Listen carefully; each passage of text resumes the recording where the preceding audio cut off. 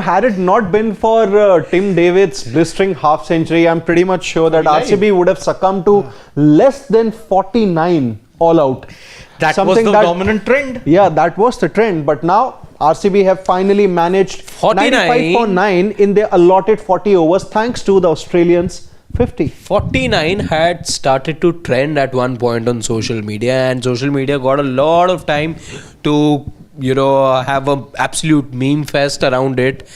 But those memes had to stop halfway because there was a gentleman there who decided to score more than 49 runs all by himself and save his team the ignominy.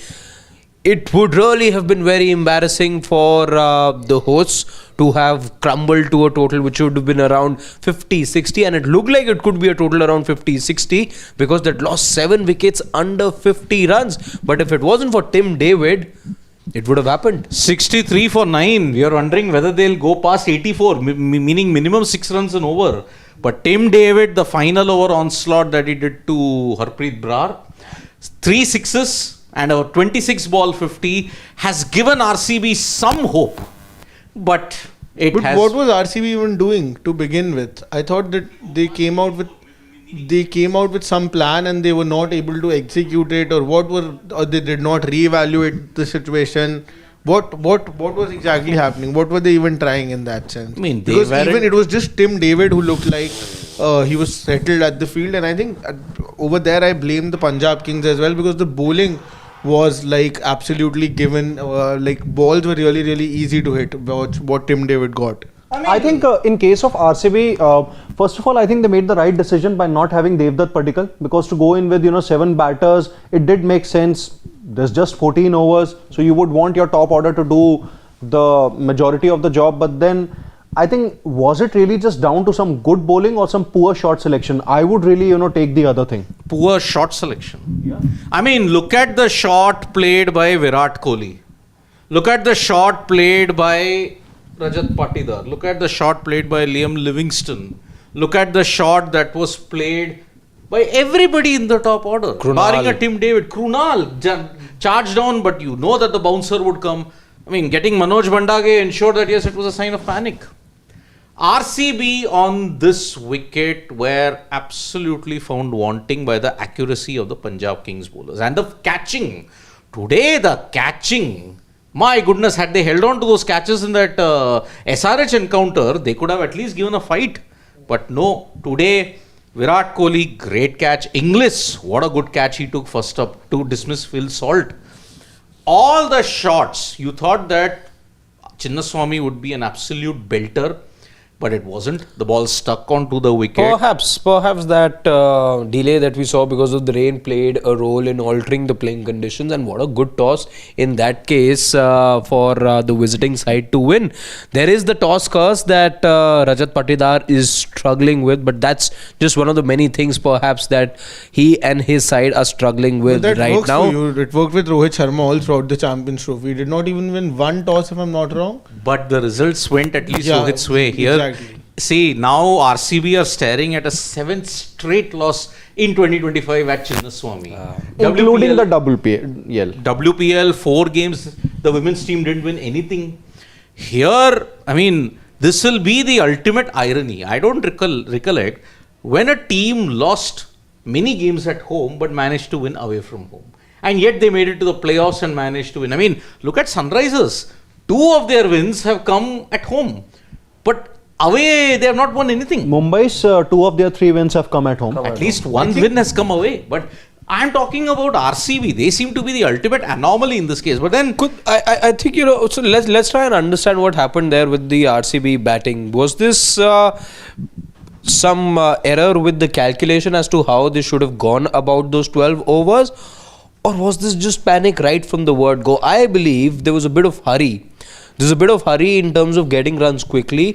With Chinnaswamy, no matter how many runs you score, the team batting first is often felt to feel or made to feel that they haven't done enough with the bat.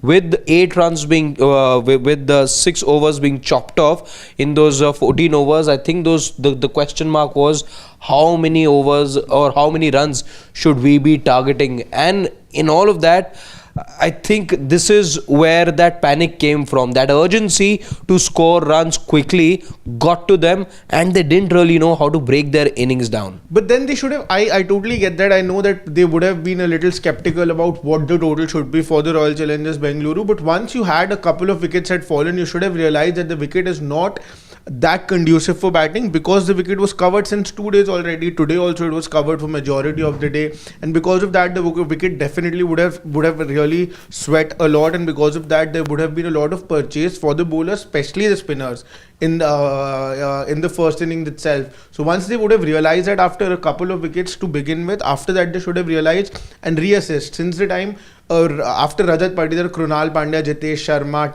Tim David played a great knock. Manoj Bhandage.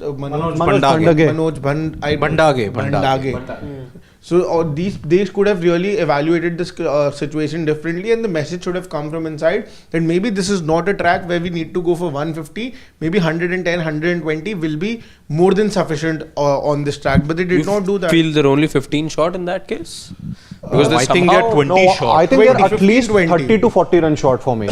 30 to 40 runs. No, I feel 120, 25. The way they Yeah, that's round about 30 runs only. Yeah. Because see, let's look at RCB's phone number 4142111800. I mean, the short selection that was there. I mean, You're waiting for this, right? This is something you don't- planned. Like you literally don't miss an opportunity to troll them, na? I mean, The favorite team this season. But see, look at. I'm not generating it out of AI. It's there. The shots. Look at it.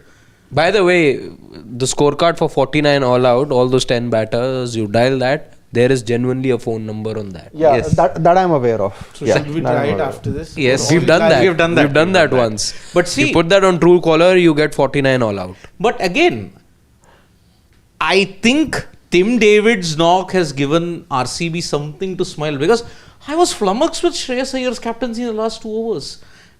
Correct me if I am wrong. In the playing conditions, 3 bowlers can bowl 4 overs each and 1 can bowl 2, right? Or 2 bowlers can bowl 4 and 1 can bowl 3 and others can bowl about 3 in that sense.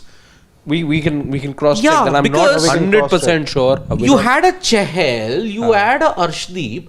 Why didn't you let them bowl the final over?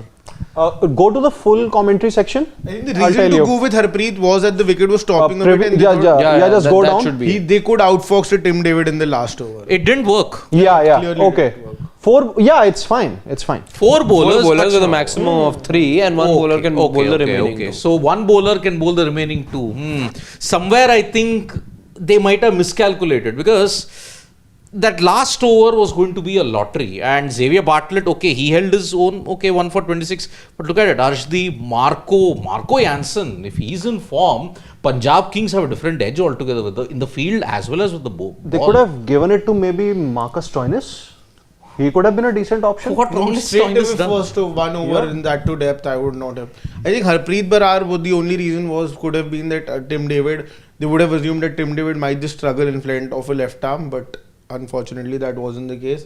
Anybody changing their predictions? I mean, PBKS. we all backed PBKS after the toss only, because once you lose the toss and There's you're somebody, inside- was it you who backed RCB to win at home? Who's it? I had said it, but I have to change my prediction now, because see, at the toss I thought, okay, if RCB win the toss and they chase, then I think they have a good chance to win the streak. But when they lost the toss, it's gone. And with 95 for 9, unless they do what PBKS did to KK, it's not happening. I mean, The toss was always going to be very crucial. yeah. Plus the boundary dimensions in Chinnaswamy far lesser than Mullapur. Mullapur was huge.